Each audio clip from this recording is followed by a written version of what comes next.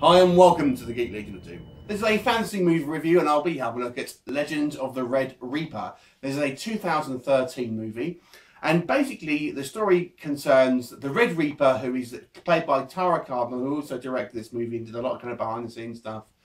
And she plays Ayala, who is the Red Reaper, and the Reapers are basically a kind of half demon, half human hybrid, all of whom have been sort of spawned from demons that have raped humans, and now this kind of force that sort of protects the humans against kind of demon kind and everything. And they're kind of a little bit shunned by the humans. And the Red Reaper is kind of destined to become the ultimate warrior, and she's kind of dealing with kind of rage issues and trying to kind of keep her sort of demon side under control and through training and meditation and all that kind of stuff. And basically the real thrust of this story is kind of this, at least initially, is this kind of love triangle between her, this kind of prince who is destined to become king, and this kind of a human female as well. And it's a really odd film because it kind of starts off with this very sort of like exposition dump kind of prologue telling you all this kind of backstory, which sounds kind of quite dense and quite a lot to it. I think, man, this is going to be some kind of like quite intense movie with quite a lot going on, but it just so meanders around in this kind of like love triangle that you're just not interested in. It's obviously a passion project, and you know, it's 6 years in the making. Like, before I kind of did my own review, I had a look online to kind of see what the general feeling was, and it was all very, very positive. And I couldn't help thinking, were we watching the same film? Because I just found this a really hard film to sit through.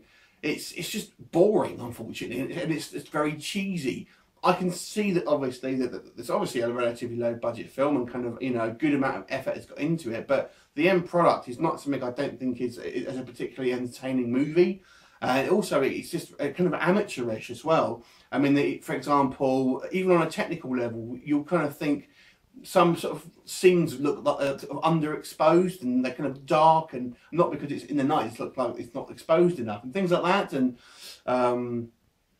it's a bit of a strange film to watch. It's all very kind of cheesy acting, and as I say, although it has some plus points, it does try and do some sort of intelligent things, I suppose, but it ends up being boring. Too much time is spent kind of not sort of driving the plot forward, and it ends up just kind of being a bit of a boring film to watch. It's not terrible. I don't understand how it's got all of these massively positive reviews, though. I really don't, because although it's, as I say, it's certainly not a train wreck, but there's a lot better these kind of like low budget sort of fantasy films that the main Cardinal does. I think it does an okay job as the kind of the main character, but the majority of the supporting cast are fairly wooden, and the kind of line delivery, you know, it's quite poor, that kind of stuff.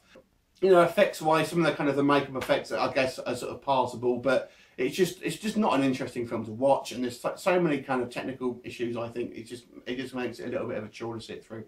So I'm going to give this movie a 4.5 out of 10. Have you seen it? What did you think of it? Leave me a comment. I'll look forward to seeing you next time. Bye for now.